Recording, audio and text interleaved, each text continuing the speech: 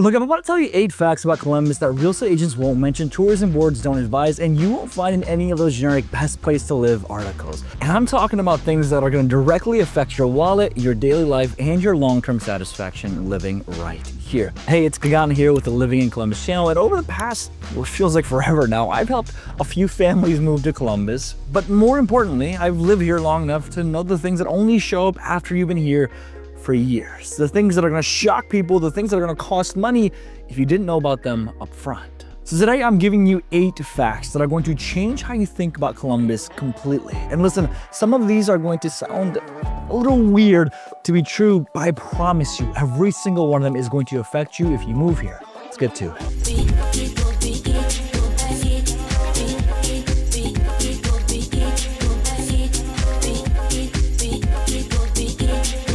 Columbus has a hidden commuter tax that costs remote workers thousands. Here's something that absolutely blindsides people that are working remotely, guys. Columbus has a 2.5% income tax that you pay based on where you work, not where you live. Sounds straightforward, right? But here's where things get weird. If you live in Columbus and work remotely for a company based in another city, Columbus is still going to tax your full income at 2.5%. But you don't get credit for taxes paid to other cities, which means you can be paying double the income tax on the same income. Look, I've seen remote workers move here thinking that they're going to save money, then discover they're paying an extra $3,000 to $5,000 annually in city income taxes that they didn't budget for. But here's the thing that's really shocking. Let's say you live in a Columbus suburb, Dublin, Worthington, New Albany, and you work remotely. You pay that suburb's income tax rate, but you don't pay Columbus's 2.5%, even if your employer is technically based in Columbus. These suburbs are hovering around that 1.5 to 2% in that tax rate, so it's going to be a little bit less than Columbus, the city proper. Look, your tax situation literally changes based on which side of the street you live in. That's wonky. Here's the insider strategy for all of this. It's if you're working remotely, live just outside the Columbus's city limit in specific suburbs that could save you from 0.5 to 1% on your income taxes, which at a $100,000 salary, we're talking about $1,000 annually. But the caveat to all of this is very simple. You need to understand specific tax rates of each municipality and how they're going to interact with your work situation. Look, we've got clients of ours that are looking in both Columbus suburbs and Columbus proper. And one of the things that they're realizing now in their home search journey is they could save an additional $800 annually by literally buying a house that's 2 blocks away in Upper Arlington. Just a heads up, we're talking about almost $24,000 over a 30-year mortgage just because no one told them how municipal income tax works. Look, and if you're working remotely or you have income from multiple sources, this tax structure is going to cost you significantly more than you're expecting unless you plan strategically. And if you thought this was crazy, just wait. We haven't gotten to 5 or 6 yet, and both of these things, I think, if you don't understand them, don't even bother coming to Columbus, because these things I've literally never seen any channels talk about. But talking about shocking fact number 2, the good public schools require a housing investment far beyond just the tax base. Listen, we're helping clients that are moving here from Miami, Seattle, and even just Columbus as a whole. And let me tell you the one important thing: education. According to niche.com, according to all the websites, hey, listen, this place is great, this place is fantastic, this place isn't the best. All of these things and all the families that are moving here for great education. The best Columbus school districts, we're talking about maybe Dublin, New Albany, Upper Arlington, Worthington. They're not just good because of their tax base, they're good because the housing costs acts as a socioeconomic filter that creates student bodies from high income families. Yeah, I said it. Look, you can't just pay higher property taxes to access these schools. You're going to have to buy into the housing market, which means anywhere from about $450,000 up to a few $1 million minimum for a house in specific districts. The property taxes are higher, yes, but the real barrier to entry is the home prices that keeps these districts economically homogeneous. And what this means, particularly in accessing these good schools in Columbus, is that they can cost you anywhere from about $150,000 to $200,000 more in home equity than accessing average schools. That's money locked into housing that you can't invest anywhere else. It's essentially paying about $30,000 to $50,000 per year in opportunity cost for school access when you factor in the lost investment returns on the equity. But here's the shocking part that no one actually talks about. Columbus City Schools has magnet programs and specialized academics that are academically comparable to these premium suburban districts, but they're free to access if you know how to navigate the application process. We're talking about places like Columbus Alternative High School, Metro Early College, and Fort Hayes Arts Academy as well. These schools send kids to top universities, but they don't require that $500,000 house to access. The insider knowledge of all of this is that you can buy a $300,000 house in Clintonville or parts of our Arlington, apply strategically to city magnet programs, and get excellent education without the premium housing costs. But most people don't know that these programs exist or how to access them, so they overpay for housing that they don't actually need. This is literally a $200,000 mistake that families make because no one explains the full education landscape before you buy. I'm not saying a location is bad. I'm not saying a location is good. What I am saying is factor in what specifically you're looking for. Dublin, New Albany, Powell, these are fantastic spots. And in fact, a lot of our clients are actually looking at new build opportunities in these locations. But I'm not going to sit here and say they're perfect for everyone either. There is no one size fits all when it comes to making this decision. This is probably one of the biggest decisions of your life. You want to make sure that you factor in everything for it. Don't let some handsome realtor on camera tell you where to go, where not to go. Figure out what specifically you need, how much you want to budget for that, and then make that decision. And also, if you're curious about this entire process and you're feeling a little overwhelmed as well, this is exactly what our team and I does. As much as we love making these YouTube videos, we're actually full-time realtors right here in the city of Columbus, the 614, baby. And as much as we love making these videos, we love the opportunity to help you in your home buying journey. Whether you're moving to Columbus next week, next month, maybe even next year, give us a call, shoot us a text. All of our information is down below and pinned to the top of the chats. Moving past my amazingly strategically interwoven call to action, Columbus also has a sewer capacity charge system that can add anywhere from $10,000 to $20,000 for new construction. And let me tell you, this is one of the biggest shocking factors that no one knows about, and a fact that you absolutely need to understand. A lot of our clients are building new construction homes or they're buying new construction homes. So let's say if you're buying a new construction home or doing major addition in Columbus, prepare for this shock. Columbus and surrounding municipalities charge what's called a tap fee or a capacity charge for connecting to water and sewer systems. And these fees can run anywhere from $8,000 to 20 big G's, depending on what size your project is and which municipality you're actually in. Look, these aren't included in construction estimates unless you specifically ask for them. Builders will give you a price for the house, and then you got to find out at closings that you actually owe an additional $12,000 for utility capacity charges that no one mentioned up front, except us. Let me tell you where things actually just get weird. These charges, they can vary drastically by the location. The same size house in Columbus proper might have an additional $10,000 in capacity charges, whereas the exact same house, maybe in West Tribble, it might be $6,000. In Delaware County, we're talking about $15,000. There is no standardized way or easy way to know what you're paying for until you're already in the process. There is an insider strategy for this, and it's to ask specifically about water and sewer capacity charges before you commit to a lot or a builder. Get it in writing. Make sure that you're budgeting an extra $15,000 beyond your construction costs just to be safe.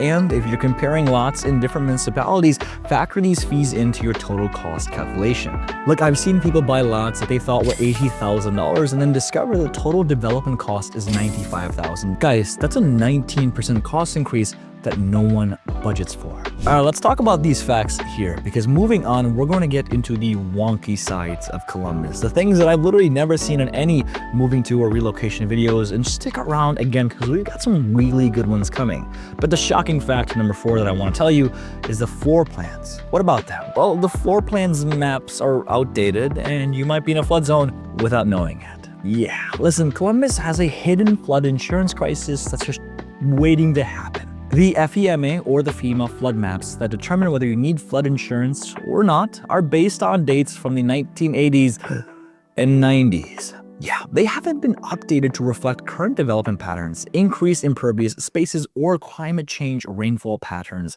as well. So what does this actually mean? Well, what this means is that the houses that aren't currently designated as flood zones, they're flooding heavy due to heavy rain. And because they're not in official flood zones, people don't have flood insurance. Look, I've seen families get destroyed by basement floodings that are costing them anywhere from $30,000 to $50,000 in damages with no insurance coverage because the maps, they said they weren't in a flood zone. But combining with this is the shocking part, right? If you're buying a house with a mortgage and the flood maps get updated during your ownership to include the property, you are required to buy flood insurance retroactively. Guys, we're talking about your mortgage payments that could suddenly increase $100 to $150 because of map updates that change your flood zone designation. Now look, thankfully, this hasn't affected my clients or our team. However, we've heard the horror stories. I've heard the people say, gosh, I wish I knew this. And in fact, there's some situations happening that I can't go specifically into details about, but I just know people wish that they had done a little more research. But as your favorite realtor, there is an insider move, and it's to buy flood insurance even if you're not in a designated flood zone, especially if you're anywhere near creeks, rivers, or low-lying areas. It's about $400 to $600 annually for coverage that could save you tens of thousands of dollars. Also, before buying a property, check whether basements in the neighborhoods have flooding histories by asking neighbors directly, not just relying on the seller disclosure. And specific areas, we're talking Allen Creek, Big Walnut Creek, and the Scioto River and Olentangy rivers have flooding issues that the official maps, they don't capture fully. Don't rely on these maps to tell you whether you need protection or not. Now look, I've had clients of mine that are actually moving here from Tampa, and when I asked, hey, why are you moving here? They said the insurance is just too high, we can't afford it, and our granddaughter's coming here. That's cute. But at the same time, I told them this about flood insurance, and they just kind of laughed when we talked about the numbers, because compared to there, we're talking about a monstrosity of a difference in price point. So if you are coming here from an area that requires super high flood insurance or just a very, very premium on insurance rates, you're going to be happy that we don't have that. Now, Columbus has its other problems, which we'll talk about in shocking fact number 6 and 7. But one of the nice things is on insurance rates, they're not as high as they could be. Let's talk about shocking fact number 5. And this one is just crazy. Columbus has a nuisance property ordinance that can fine you for things that your neighbors do. This one is just wild, but hear me out. Columbus has a nuisance property ordinance that allows the city to fine property owners for repeated police or fire department calls to their address, even if the owner isn't causing the problem directly. So let's talk about this. If you rent out a house and your tenant's guests, let's say they cause a disturbance that require police response, you, as the property owner, can be fined $500 to $2,500 per incident after the third response in a 12-month period. And you live in a duplex and your neighbor's domestic situation requires police response, your side of the property can be designated as a nuisance property as well.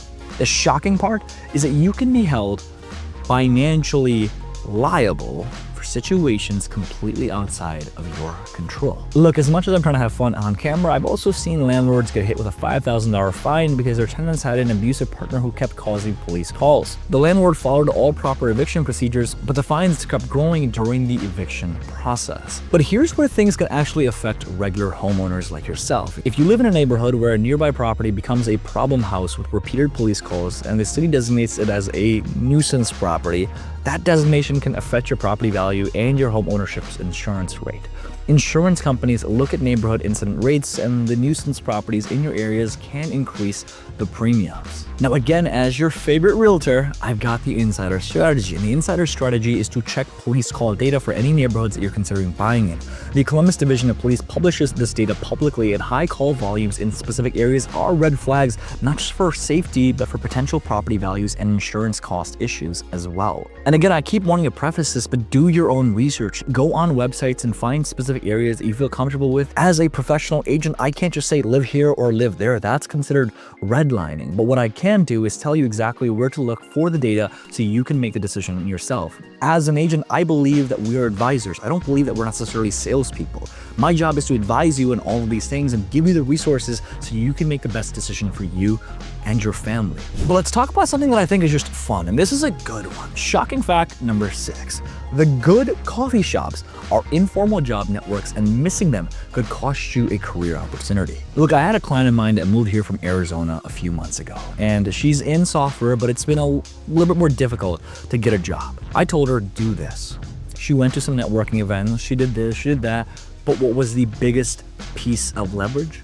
coffee shops. And as crazy as it sounds, what she did is she went to Bridge Park and started connecting with people. And the next thing you know, she's gotten a few job opportunities lined up, as well as some interview calls as well. So look, here's something that no one actually tells you about the professional culture of Columbus. Certain coffee shops function as informal professional networking hubs for specific industries. And if you're not part of these scenes, you're missing out on job opportunities, client connections, and industry information. We got to talk about the main one, and this is the belle of the ball. Fox in the Snow is where creative professionals and startup founders network. Strauf in German Village is where nonprofit and education people connect. One Line Coffee downtown is where corporate tech people meet, and Luck Bros on Parsons is where the trade and construction networks operate. All of these things, and I would actually just write down what specific industry that you're in, have a role to play. Look, these aren't just coffee shops. They're where jobs get filled, contracts get awarded, and partnerships get formed through casual conversations before official postings go out. Look, if you're new to Columbus and you're not strategically positioning yourself in the right coffee shop at the right time, you're literally invisible to the networks that drive career advancements here. The shocking part of all of this is how much of Columbus's job markets operate through these informal networks rather than the formal application processes. I've seen people struggle to break into Columbus professionally for years because they were applying to jobs online when the actual hiring process, it happens over coffee, specifically at specific locations where decision makers gather. The insider strategy is to research which coffee shops your industry's clusters around, become a regular during peak hours, which usually from 7:30 to about 9:30, and consistently show up. Look, it can take 3 to 6 months of regular presence before you start getting recognized and included in conversations, but that's how you get access to hidden job markets right here in Columbus. This isn't about networking events or formal mixers. It's about understanding that Columbus operates on informal relationship networks that form in specific physical spaces, and you need to be present in those spaces to access opportunities. Let's talk about something you absolutely need to know. Your homeowner's insurance will likely exclude sewer backup without additional coverage. Look, Columbus has aging sewer infrastructure in many neighborhoods, and sewer backup is becoming increasingly common during heavy rains. But here's the shocking part for all of this. Standard homeowners insurance policies exclude sewer backup damage unless you specifically purchase additional coverage. This means if the municipal's sewer system backs up into your house during a storm and causes $20,000 to $40,000 in basement damages, your standard homeowner's policy will cover exactly $0 of it. You're paying out of pocket unless you bring an additional rider, which most people don't even know exist. The additional sewer backup costs from about $40 to $70 annually for $10,000 to $25,000 in coverage. It's cheap, but insurance agents don't mention it because it's an optional add-on, and most people don't ask for it because they don't know it's separate from the standard coverage. I've seen families financially destroyed by sewer backup damage that they thought their homeowner's insurance would cover. They're dealing with sewage in finished basements, paying $30,000 out of pockets for remediation and repairs, and discovering way too late that all they needed was a $50 annual rider that they didn't know existed. So here's the insider move for this. It's always add sewer backup coverage to your homeowner's policy before you buy a home in Columbus. It's one of those things where the cost is trivial, but the protection is essential. Also, specifically ask about water backup coverage, which is different from sewer backup and covers things like some pump failures as well. Look, guys, and we understand, right? All of this is a lot. It's confusing, it's overwhelming, and honestly, it can be a little scary. And that's exactly why we built these resources to be of service to you. Click the link below where it takes you and we can have a one-on-one private conversation where you and me will discuss everything that you're looking for in Columbus, what specifically you need, what amenities you want, and figure this out and cultivate the best path forward. We call this our A to Z guide, which is A right here and Z being that closing table and you making Columbus home.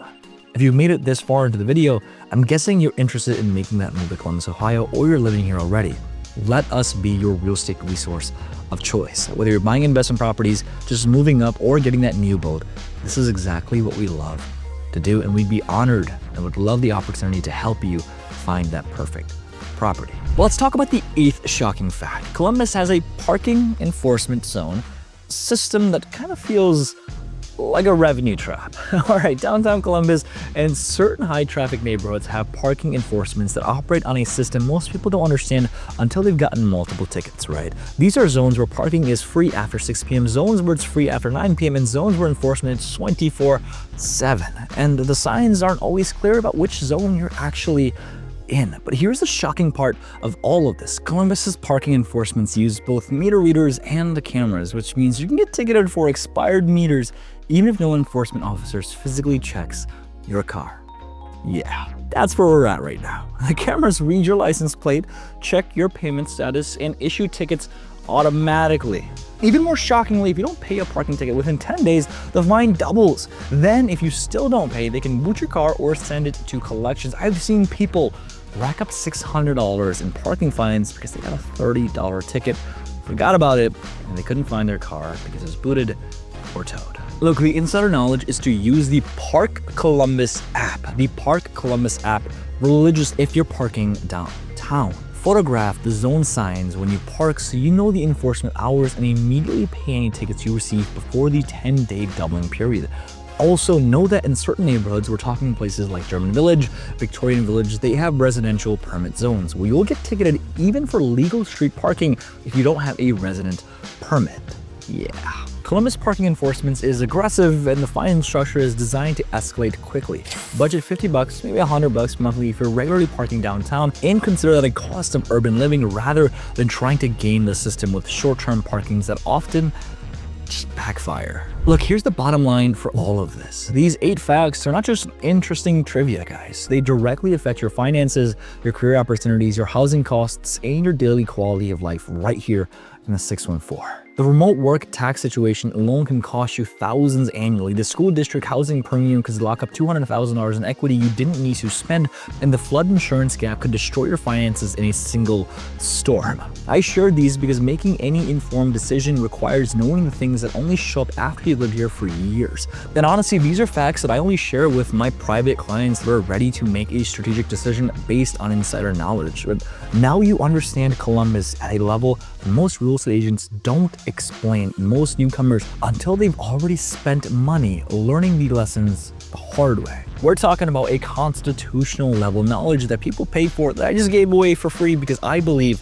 you deserve to make the best decision possible, and you make the best decision by being the most informed. Look, if you're still interested in Columbus after learning all of these things and you want help navigating these specific issues systematically, choosing the right municipality for your tax situation, accessing the school options that fit your budget, understanding flood risks before you buy, positioning yourself in the right professional networks, all of these things, that's exactly what our team does every single day. All of our contact information, again, is in the description below. But by the way, if you're not quite ready to make Columbus home, we actually did an A to Z guide, every single thing that you need to know. It's all in the playlist. You can watch the video right here. Watch it. I'll see you soon. Peace.